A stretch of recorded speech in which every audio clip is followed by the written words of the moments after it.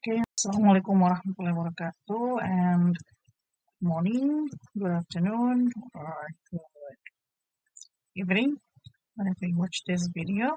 Now we're back to talk about grammar, especially nouns, and I call this is the second part of nouns. And in this recording, I will try to explain to you some points related to nouns. First one is about how uh, that in the after watching this video, it is expected that you can distinguish between person and thing. And the next one is about pronouns and some affixes that can form nouns. Let's just start now. So the first point is about distinguish person and thing. We know that in the last week, in the on yeah in the last week in the last week video I explained about some types of nouns, right? So there are countable, uncountable, proper, and common, abstract, concrete. And in this video I tell you again, I told another types of nouns that noun can be divided into two categories. First is person and the other thing is noun. And I believe you already know what person means and thing is. I just to remind you in this from this video on this in this video, sorry, that person refers to people, position, profession, or human identity. Anything that related to person, okay, yang berhubungan dengan manusia. While thing refers to inanimate objects, animals, places, or anything that is not human. That is not human. Okay. Knowing this is necessary, of course, because it will help you to use correct pronouns later. Because there will be points to be explained next after this one, which is pronouns, and also it will help to decide whether you will use the correct verbs and the meaning of the sentence. Okay. So let's see, example of person. We know that someone's names. Okay, John, Sarah, Mr. Ali, Acho, maybe in Sulawesi, or Wati. Yeah, so that's individual names. Or you say Miss, like me, Mem Dian, that's sebagainya. And then also family members, not the names, but like mother, father, sister, uncle. Profession, roles can be teacher, doctor, student, police officer, player, soccer player, or um, how to say, yeah, anyone that can be professional, like CEO, etc. So uh, they are categorized as person. And then groups of people like children, workers, audience, players, and so there are some examples of person. Okay, I believe you can distinguish whether someone is whether the noun is person and or object. Okay. For example, the teacher explains the lesson. My sister is very kind. So sister is a person. While for the thing, it can be in terms of object. So book, chair, pen, computer. Object in here is not about sentence object. Yeah, so ini objek secara umum, benda. And then we also look animals: cat, dog, bird, tiger, leopard, etc. Places, it can be school, market, beach, house, room, etc. It can also be abstract things like happiness, love, time, information, etc. Example in sentence, you can say it here. So the book is on the table. Book is a thing. If it's plural, then you have to use are. The books are. The dog is barking loudly. Dog thing, because it is not human. Okay. Okay, so just remember what I told you last week, that if it's plural, then you can use to be is, while if it's singular, the books, you can use are. Okay, so that's singular subject verb agreement. Next, okay, related to person, there is something that you need to know about profession, perhaps. Yeah, we know that person means, yeah, if the noun refers to someone, a human being. However, there are, for example, some profession that you see like this one: teacher, actor, journalist, musician, statistician. You can see that this noun comes from a verb like teach, act, right? Even some not exactly verb, but it's not exactly a person like music. But then you add in there to form musician, to become a person, right? Just like magic, magic is not a person, it's a thing, right? But then when you add in, it becomes magician, and the word magician refers to a person. So we will tell you, but I will tell you about this one later. But for now, you need to understand about this. Okay, usually end with or is or in. Okay. Um, for person noun, when you use noun as a person, then the pronoun that can be used, yeah, itu he, she, then they. I and you, it is clearly person, right? If I say I means you're a person, and you say I, okay, so you're a person. You, if you're talking to someone or a person, that it refers to a person. But for third or singular third person, ya orang ketiga bisa kita sebutnya dalam bahasa Indonesia. Itu dia pakai kata dia. In English there are three forms. He, she, they, but these two, he and she, are called third singular person because it will refer to one person, while they it called third plural, or if I'm mistaken, ya, person, ya. Jadi merujuk kepada apapun itu, even if it's a thing, but tapi kalau dia banyak maka dia pakai they. While for things nouns, ini juga it is similar to nouns yang sebelumnya, ya, person. Jadi ada beberapa akhiran, ya, we call it affix in English. We call it affix. Affix means imbuhan. Okay. There are some, ya, akhiran that when you use, it can form nouns. There are lots of. This is just some examples. Okay, that is most common. So, for example, ing, it becomes accounting. If you still remember our lesson last week, I think there is the word building, right? So it comes from the word build, membangun, it's a verb, and then you add ing, it becomes a noun. So this is not gerund, but it is exactly noun. Okay, building, meeting, ya, meeting itu rapat, kayak di situ. Jadi ada yang seperti itu. Ada juga akhiran ion, education, motivation, apalagi information. Okay, so akhiran tion, ation, ya, I call it, itu itu selalu merujuk kepada noun. Okay. X, okay, X, for example, economics, ya. Biasanya ini yang mata pelajaran linguistics, okay.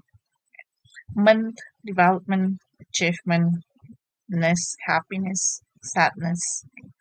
Now, these words usually refer to pronoun it, but actually it can be also pronoun they, as long as it plurals. Like, so for example, I say the books, it can be changed, the pronoun that can be used to refer the word the books, it can be they.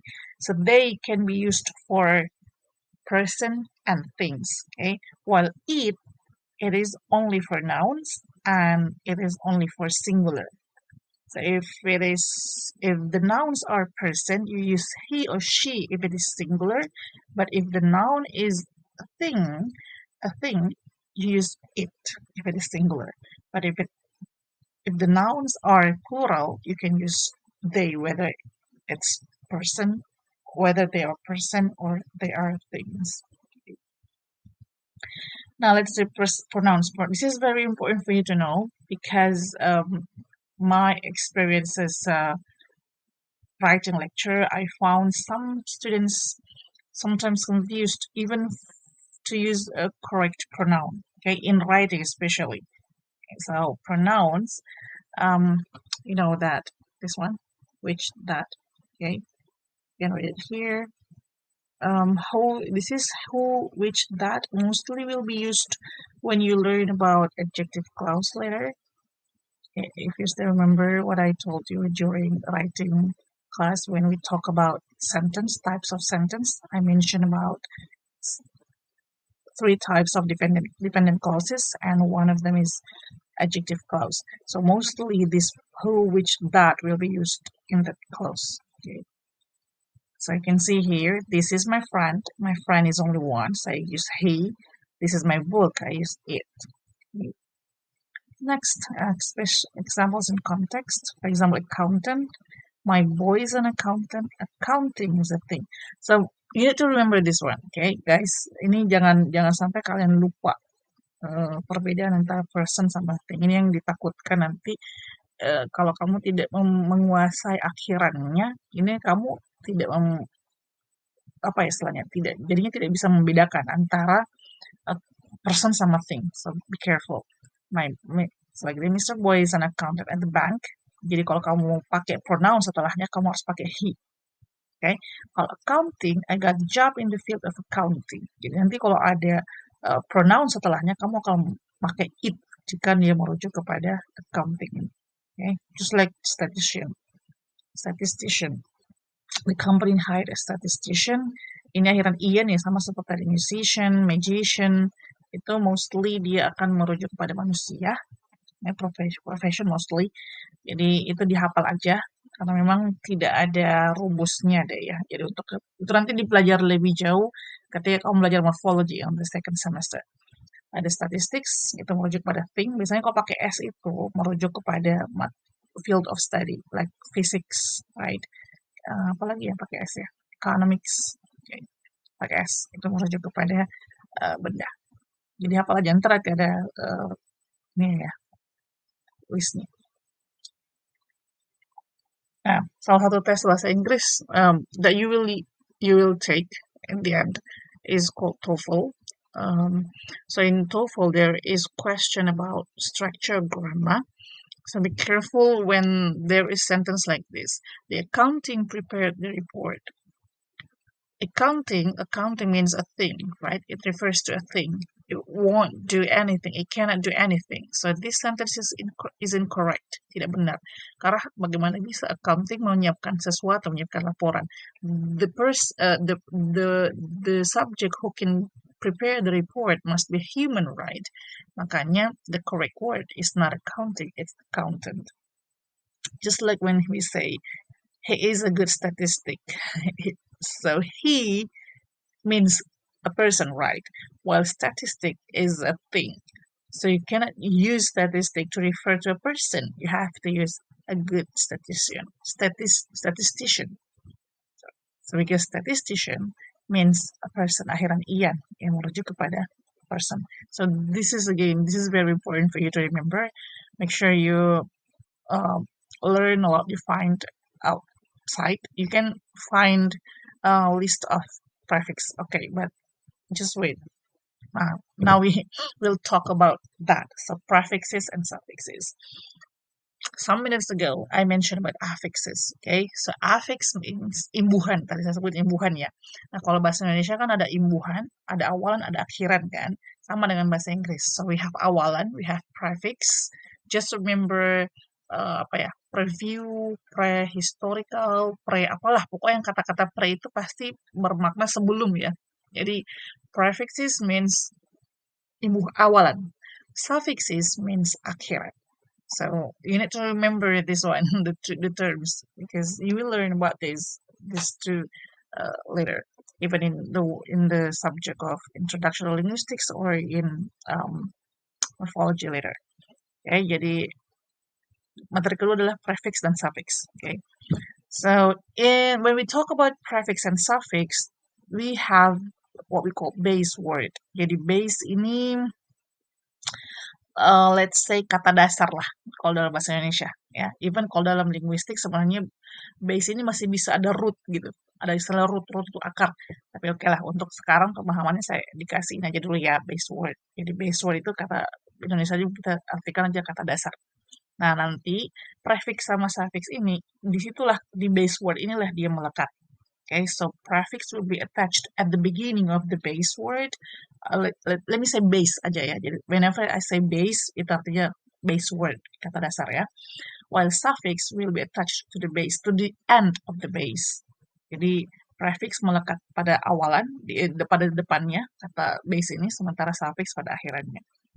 Okay, so here, prefix a word acquired with in front of, okay, another word to change its meaning. Contoh, but this is not nouns ya, this is example aja. Jadi kata prefix an, okay, itu most of the time it will means not, negative.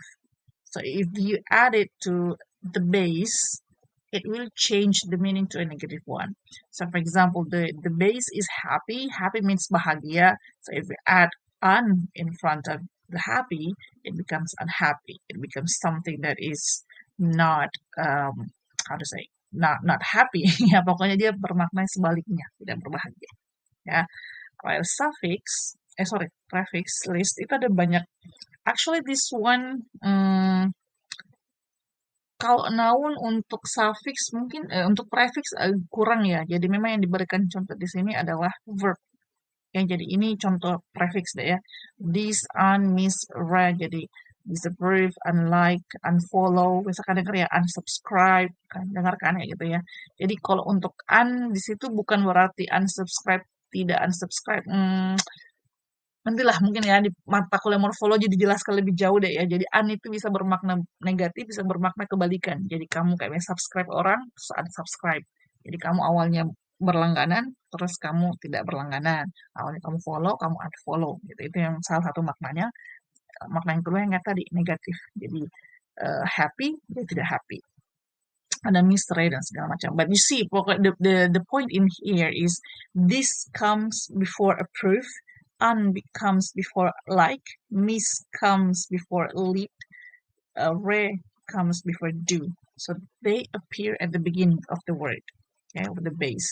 So like this one. So here this is the prefix, base is the like. These are some, again, mostly yang menjadi prefix untuk noun itu kata serapan. Ya, kata serapan, lebih banyak pada kata serapan. I hope you can read it but carefully. You can do screenshot. Silakan di screenshot aja ya, biar kalian bisa lihat. So here is the prefixes. This is some prefixes related to nouns, and these are the meaning of this prefix. Prefix sama suffix memang bukan kata ya, but it has meaning. Makanya disebut morphem. Okay, suatu nanti ada kelompok yang membahas tentang morphology di Introduction to Linguistics, so I give you some information related to morphology ya. Jadi ini ada fixnya, ada maknanya ya. So here example of the word after added by these prefixes, and here the root. This is I mentioned about root before, or base word, and this is the explanation. Yeah, so for example, anti, against, antivirus, antifreeze, anti apalah gitu ya. Itu menunjukkan sesuatu yang bertolak belakang. Jadi virus, antivirus adalah yang berlawan virus tersebut. You can read it here. Silahkan dibaca baik-baik aja ya. Di screenshot aja nanti terus kamu perbesar. You can find also on Google, I think, yeah, to find other examples. Perhaps if you find it not really clear, silahkan dicari aja. Tapi saya rasa kalian sudah paham rata-rata. Kayak B itu 2 kan, bilingual, bicycle, misalnya kayak yang berawalan B itu kita maksud dengan 2. Kalau co itu kayak bekerja sama ya, cooperate, coworker. Jadi saya rasa sebanyak ini sebenarnya kamu udah tahu nih maknanya, tinggal nanti dipahami lebih jauh. Itu prefixnya, sementara suffix is added after the base. After the base, so teach become teacher, so the suffix is er. Okay, and you see it here. So walked, but this is not a noun, this is a verb. Suffix, nah untuk noun ini cukup banyak. Cukup banyak dalam artian mungkin you don't really realize bahwa ternyata kata yang kamu ucapkan itu ada suffixnya. Maybe just like the word teacher, you just the teacher, but then you have to realize that it comes actually from the word teach. Ya, teach added by er becomes teacher, speak speaker, listen listener, read reader ya. Jadi sama kayak tadi ya. Jadi suffixnya di sini yang menunjuk ke manusia biasanya 3 di atas ini ya. Er, or, tapi orangnya enggak selalu manusia ya. It can be something apa ya? Sailor, sailor, tapi udah manusia semua di. Apa contohnya bukan manusia di? Kata manusia sih, player, speaker. Ya, speaker. Speaker kan ada speaker benda kan ya, bukan manusia yang ngomong kan. Jadi ada speaker yang device yang mengeluarkan suara kalau kamu connect them to your laptop, for example. Itu kan tidak merujuk ke manusia, tidak merefer ke manusia. So just be careful to get to know about that. Tidak banyak sih memang, tapi ada pasti. So just be careful. Ini semua misalkan isn't, age, dom, ends, ans. You can find it. So here is the meaning of this. Okay. Here is the example after the word, after the base is added with the suffix. Here the root. So for example, teacher, the root is teach. Artist is art. Okay. And this is the explanation.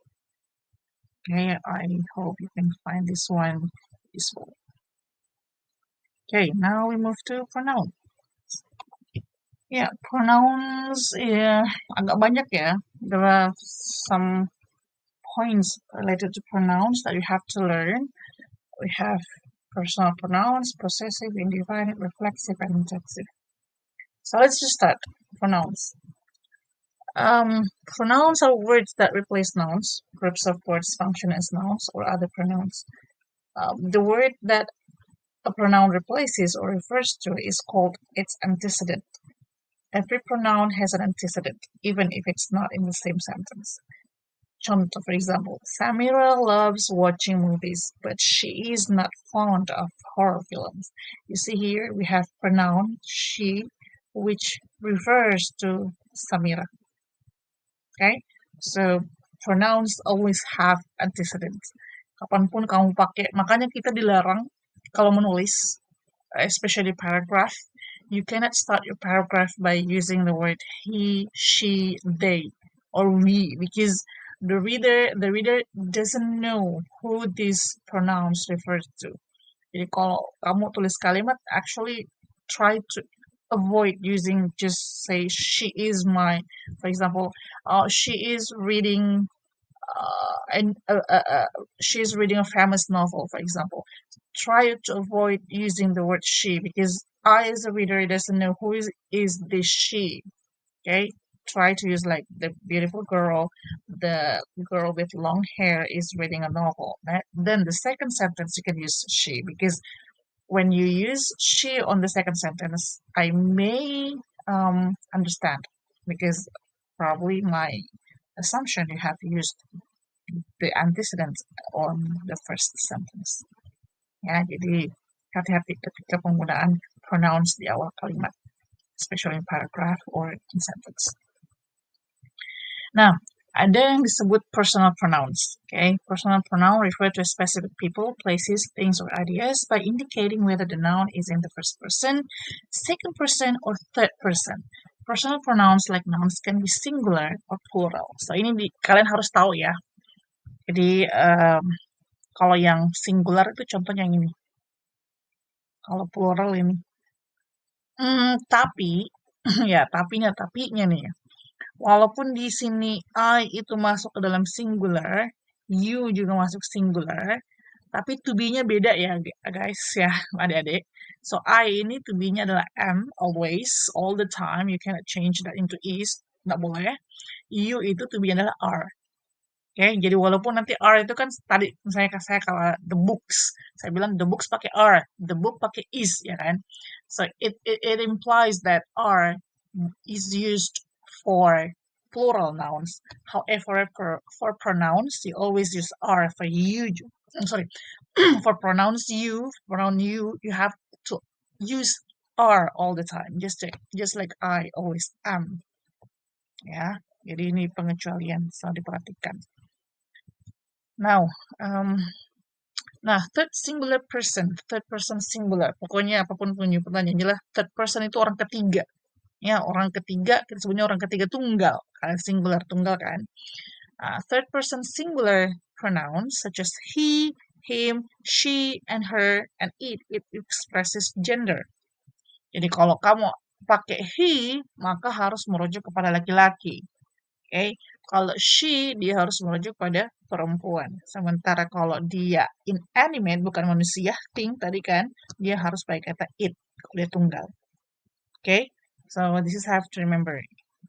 Bahasa Inggris menggunakan he, she, tapi mereka juga yang menghalalkan LGBT. Tidak ngerti juga saya.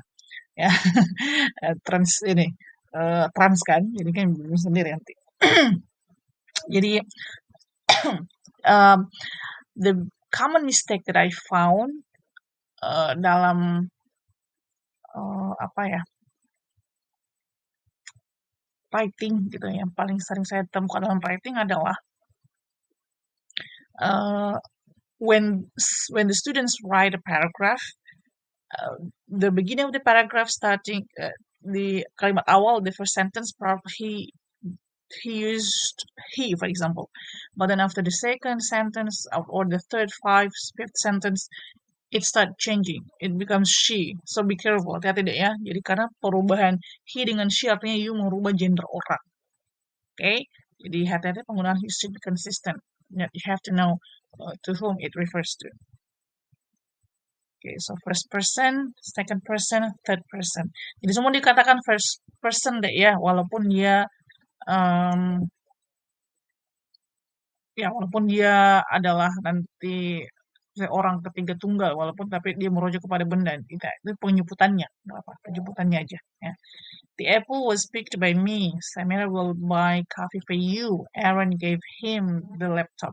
So in here you see that the word me, you, him, it all they all come they all come after the verb. Okay, so me comes after picked, was picked. You comes after preposition or, and this preposition comes after the verb. Okay, and here him comes after the gave. Okay, so this means they are object. Okay, they are object. If they are subject, you will use I for me, you for you, he for him. So I can say Aaron gave him the laptop. He is so generous. If I say he is so generous, maka di sini sama adalah Aaron. Jadi, ini ya, jadi hati-hati penggunaan personal pronouns untuk posisinya. Possessive pronouns, ya, so possessive pronouns adalah kepemilikan. Kalau dia I tadi, maka dia menjadi my or mine.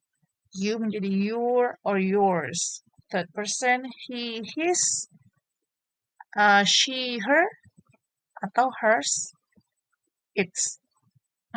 Hati-hati dengan she ya, karena she itu sebagai subjek dia she, sebagai objek dia her, sebagai kepemilikan dia her. Jadi possessive pronouns are pronouns that express possession or ownership. Possessive pronouns do not require an apostrophe. Jadi misalkan kalau saya bilang my sister's money atau my sister's friend, maka dia pasti pakai s. Tapi kalau dia sudah diganti dengan pronouns, maka tidak perlu. Okay, justru my sisters itu yang diganti dengan her, kepemilikan. Ya. Contoh, the pencil is mine, the calculator is yours, her book is missing. If you see these three sentences, you probably see the difference. Okay, when you use the word mine, pronoun mine, or yours, so let me go back to this. If you use mine, yours, hers, its, atau his. Jadi his ini bentuknya sama ya. Dia ini kan mine berbeda. Kalau his sama, his, okay. Tidak ditambah double s. Okay. Jadi dia it's, hers, his, yours, mine, ours, yours, theirs.